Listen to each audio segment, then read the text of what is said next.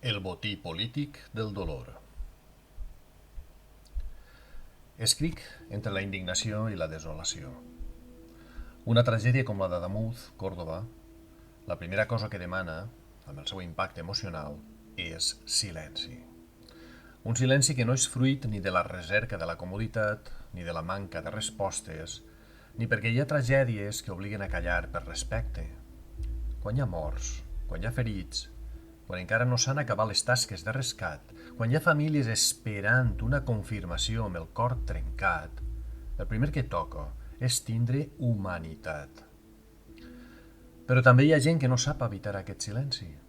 Gent que, davant d'una desgràcia, no veu víctimes, veu oportunitats. No veu dolor, veu una escletxa per on deixar anar el seu verí. No veu un país ferit, veu un escenari perfecte per representar el seu espectacle. Ho hem pogut llegir a tot arreu. L'extrema dreta ha tardat ben poc a convertir un accident ferroviari en una arma política. Abans que hi hagueren dades, abans que hi haguera causes, abans que hi haguera una investigació mínimament sòlida, ja hi havia culpables assenyalats i, sobretot, ja hi havia una intenció: sembrar desconfiança, inflamar la ràbia, fabricar enemics. No ens enganyem. Això no és exercir l'oposició. Això és agitació. Perquè una cosa és exigir responsabilitats quan toca, amb rigor, amb proves, amb respecte institucional i humà.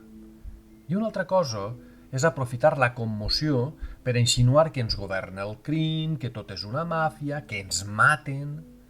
No són paraules innocents, són consignes, són llavors de violència. Frases pensades no per aclarir res, sinó per embrutar-ho tot. I això és el que més indigna, la manca absoluta de moral. No parlem d'un error de to ni d'una relliscada emocional.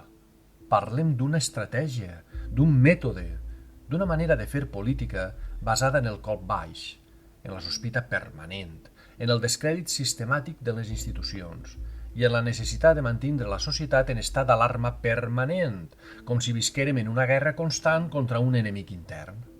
Però no estem en una guerra. Som una societat ferida i és una democràcia. I una democràcia es defensa també en aquests instants quan la corfa del cos està esquerdada, quan la gent té els sentiments a flor de pell i qualsevol espurna pot generar un incendi. Quan parla de política adulta, parla exactament d'això, de saber distingir entre el dolor i el discurs, entre la tragèdia i la propaganda, entre el respecte i la intoxicació. I és així on em ve al cap una altra escena que he vist recentment i que en el seu moment em va deixar un mal cos difícil d'explicar.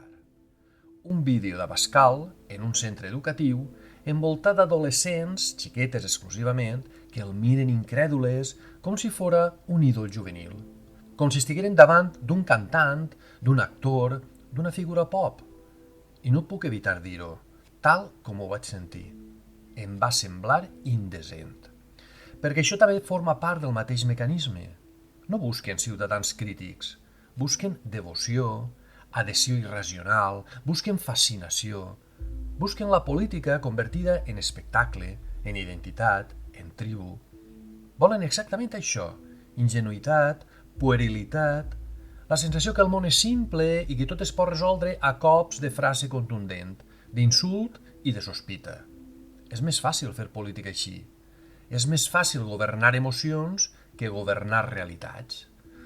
Però un país no es dirigeix amb consignes. Un país no es cura amb odi. Un país no es reconstrueix amb mentides repetides a crits. I, sobretot, un país no pot acceptar que el dolor de les víctimes siga utilitzat com a gasolina per a la crispació. La pregunta, per tant, no és només què diuen.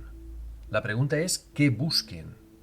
I el que busquen és clar: un clima de violència gratuïta, una societat permanentment irritada, una ciutadania convertida en massa acrítica i una democràcia reduïda a un quadrilàter de boxa.